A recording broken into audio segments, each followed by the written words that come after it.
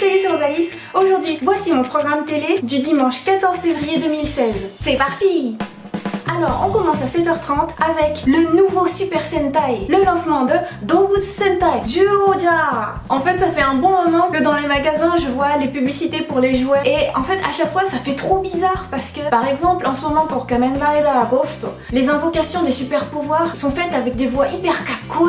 Ça fait vraiment Aïe, Bachirimina, Go Go Go Ghost, Omega Drive. Et j'ai un souvenir impérissable de Gokaija, la série de Super Sentai des 35 ans où les héros pouvaient se transformer en les 34 générations précédentes et la voix de ces pouvoirs était vraiment hyper expressive, hyper classe. Ça faisait vraiment Gokaija, Shinkenja, Bioman. Et là, ça fait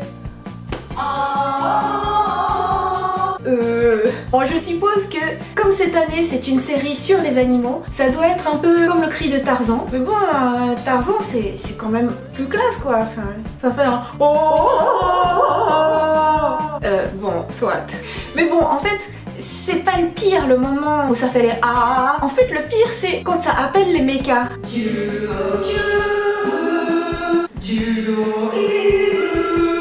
Ça me rappelle dans un épisode des Lapins Crétins avec un enfant qui fait partie des scouts.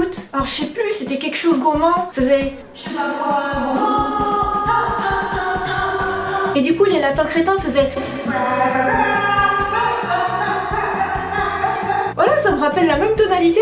C'est bon. Cela dit, voilà. Mais à ma décharge, c'est mon chéri qui a insisté pour le prendre. Et apparemment, avec ce cube tout en gros pixels, ça surfe sur la vague Minecraft. D'ailleurs, c'est rigolo parce que pendant les coupures pub, il y avait des publicités pour le jeu Dragon Quest Builders. Et apparemment, c'est un peu Minecraft, mais dans l'univers Dragon Quest. Donc forcément, au Japon, c'est un succès fou. Et donc, pour ce Super Sentai, pour l'instant, ça a l'air fantaisiste, assez rigolo. Moi, je me suis complètement fait avoir par l'opening de cet épisode 1 parce que on voit le héros rouge humain, normal, et pour toutes les autres couleurs, ce sont des acteurs avec des masques en forme d'animaux. Et là je me suis dit, ah, pas possible. D'accord, ça se passe à Juland, un monde parallèle avec des animaux humanoïdes, les Juman. Normalement, le Sentai moderne, ce sont des acteurs qui vont probablement faire une longue carrière derrière. Ce sont des futurs stars potentiels. On peut pas gâcher une telle exposition. Et donc cet épisode, quasiment jusqu'au bout, ça joue là-dessus, sur le fait que les Juman sont des Juman. Et du coup, rien que ça, c'est super marrant. Après, il faut voir à l'usage. Mais a priori, pour la série des 40 ans, c'est plutôt bien parti, je trouve. Ça va faire découvrir plein d'animaux méconnus. Pour les petits japonais, ça va avoir un succès fou garanti. En plus, avec le cube de transformation qui fait à la fois Minecraft, Rubik's Cube, ça rappelle le Mobile 8 de Gokaija, où il y avait plein de codes pour découvrir des nouveaux sons. C'était un super jouet. Enfin, du coup, il y a plein de possibilités. Et d'ailleurs, c'est curieux parce que ce jouet est vraiment pas cher comparé à ceux de Kamen Rider. Et du coup, on en arrive à Kamen Rider Ghost. Comme je vous le disais dans ma vidéo la semaine dernière, je découvrais tout juste la série et ça m'a tellement plu qu'en fait en l'espace d'une semaine, comme je n'avais que 16 épisodes de retard, je me les suis tous fait et c'était un régal, franchement super marrant. Et puis il y a Naoto Takenaka en tant que vieille ermite farfelue, c'est l'acteur notamment de Miruhi Stresemann dans Nodame Cantabile. Donc pour ceux qui connaissent, déjà ça montre à quel point il y a une touche farfelue, surjouée, super marrante. Le héros, il me fait trop rire parce qu'il a vraiment 18 ans comme dans l'histoire, mais il a une voix à moitié pas muée des fois. Ça fait comme la voix originale de Sheldon dans Big Bang Theory. Donc c'est marrant, ça donne un côté naturel et à la fois, quand il le faut, quand il veut protéger ses amis, il devient cool. Alors le fond de l'histoire est un peu dur parce que dès le premier épisode, le héros meurt et devient un fantôme et il doit collecter des icons. Ça fait un jeu de mots entre icon, donc icône en anglais, et œil en anglais, et icon en fait sont des icônes en forme d'œil. Donc voilà, il faut qu'il les collecte pour pouvoir réaliser un souhait. Ça fait un peu comme des Dragon Ball. Mais en fait, il y a le monde des enfers. Son meilleur ami a perdu 10 ans de sa vie dans ces enfers. Et tout ça à cause d'expériences scientifiques, notamment menées par son père. Donc en fait, il y a des mystères qui ont l'air un peu glauquissimes. Mais bon, pour l'instant, c'est super fun.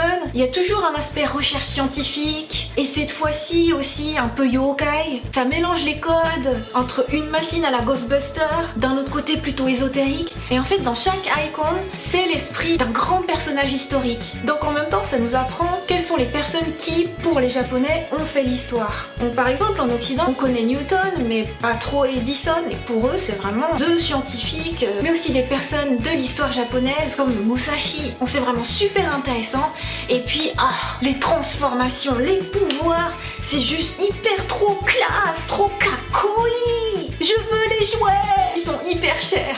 Franchement, c'est une série que je vous recommande. Ça a commencé en octobre 2015, il est encore temps de rattraper. Je vous dirai pas comment j'ai fait Facebook. Mais voilà, il y a moyen. Et bien sûr, si vous êtes au Japon, le mieux, c'est de regarder le dimanche matin. Ensuite vient ma petite chouchoute, ma Hotsukai Purikiwa. Donc dans cet épisode, on en apprend davantage sur l'école de magie de Liko-chan. Et c'est trop marrant, on le voyait trop venir. Mais Mirai-chan, même si elle n'est pas du monde magique, va pouvoir étudier la magie dans cette école. Et à cette occasion, c'est dans cet épisode qu'elle acquiert sa propre baguette. C'est trop mignon comment c'est raconté. En fait, ça provient d'un arbre à baguette et lorsqu'elle est devant, avec les étoiles dans les yeux, l'arbre se met à créer une baguette rien que pour elle. C'est tout simple, tout chou, mais ça marche trop bien. Et c'est donc grâce à cette baguette que son super pouvoir peut commencer à être utilisé. Donc on avance tranquillement dans l'histoire, on en apprend davantage sur l'univers magique, et c'est juste super fun. Si vous avez manqué le début, c'est encore plus facile de raccrocher puisque ce n'était que l'épisode 2. Donc je vous recommande vraiment de commencer cette série si vous aimez les Magical Girls, si vous avez été fan de Sailor Moon comme moi. Ça fait rêver. Et ensuite, je suis sortie toute la journée parce que bon, quitte à être à Tokyo au Japon, autant profiter un peu de la vie tokyoïte. D'ailleurs, je vous ai préparé plein de vidéos extérieures pour vous faire découvrir le Japon que j'aime davantage. Cela dit, le dimanche, c'est le jour où notamment est diffusé Yu-Gi-Oh! Arc 5. Et en fait, après avoir rattrapé tous les Kamen Rider Ghost, j'ai commencé la série de Yu-Gi-Oh! Arc 5. Bon, pour l'instant, je suis rendue à 5 épisodes, sachant que ce qui est diffusé, c'est déjà l'épisode 84. Donc bon, je vais mettre un temps infini à rattraper, mais ça vaut trop le coup. C'est juste génial. Ça reprend tous les bons codes de la série Yu-Gi-Oh! Originelle, avec le pendentif mystérieux, avec des invocations hyper spectaculaires, dont le héros a le secret. Et puis ça a aussi le côté fun de Yu-Gi-Oh! GX Duel Academy, qui avait été diffusé en France sur Gulli il y a quelques années, 2009 peut-être, ou 2010. Mes neveux étaient fans, mais ils doivent même plus s'en souvenir tellement ils étaient petits. Et en fait, je trouve même que c'est amélioré, un petit peu comme dans Gundam Build Fighters, où les particules de Plavsky font que les Gunpla mènent des combats réels. Et bien là, dans Yu-Gi-Oh! Arc 5, c'est un nouveau mode de combat où le terrain et les monstres sont matérialisés et du coup les joueurs sont complètement immergés. Ça donne des combats où ils sont dans l'univers, où ils subissent tous les dommages pareils, où ils peuvent attraper des cartes et avoir un réel intérêt à courir, s'échapper et tout ça. Du coup on sort du modèle de combat à la Pokémon où on balance ces monstres au combat et nous on est proprement derrière à regarder et à donner des instructions. Là en fait c'est ce qu'ils appellent le action duel. Et puis ce que j'adore aussi, c'est qu'il s'agit de faire des duels en tant que entertainment pour donner le sourire aux spectateurs. Du coup le héros qui admire son père qui était un grand duelliste et showman, et d'ailleurs on ne sait pas pourquoi est-ce qu'il a disparu, va lui aussi faire le show quand il reprend le dessus dans un duel. Et du coup il commence à faire son show Ladies and Gentlemen, un peu à la manière de Magic Kaito, que j'adore au passage, il est trop kakoi. Et aussi ce que j'adore du héros, c'est son seiyuu Kencho Ono, qui fait notamment la voix de Tetsuya Kuroko dans Kuroko's Basket, Kuroko no Basket.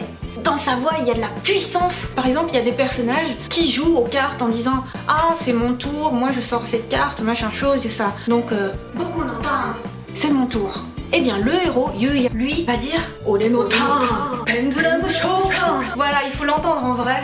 Donc voilà, je vous recommande trop cette série. Si vous aimez ou si vous avez aimé jouer aux cartes, ou même juste en tant qu'animé, plein d'aventures, de personnages héroïques, de l'amitié, une quête et une ambiance super positive, il faut commencer à regarder. Et voilà pour ce dimanche. J'espère que ça vous a plu. Il faut encore que je vous parle de tous les animés des autres jours, notamment ceux du jeudi avec Kokotama et surtout Pokémon X, Y and Z, Pokémon X, Y et Z, Naruto Shippuden, et aussi les animés du soir, et aussi les dramas, et aussi le Asadora, et aussi les émissions musicales, et aussi les matinales, et aussi les émissions émissions où on s'amuse avec les gaikokujin. Enfin bref, trop de choses trop marrantes à la télé japonaise et j'ai trop envie de vous partager ça. Simplement, ça prend un temps fou de faire ces vidéos, mais bon, si ça vous permet de découvrir des choses à voir et si vous aimez bien ce style de vidéo, eh bien je vais tâcher de continuer. Et un grand merci à tous ceux qui m'encouragent, qui laissent des messages ou des pouces, que ce soit sur YouTube, sur Facebook ou autres réseaux. J'y prête particulièrement attention et je vous suis vraiment reconnaissante. Arigatou gozaimasu. Korekara mo yoroshiku onegai shimasu. Bye bye.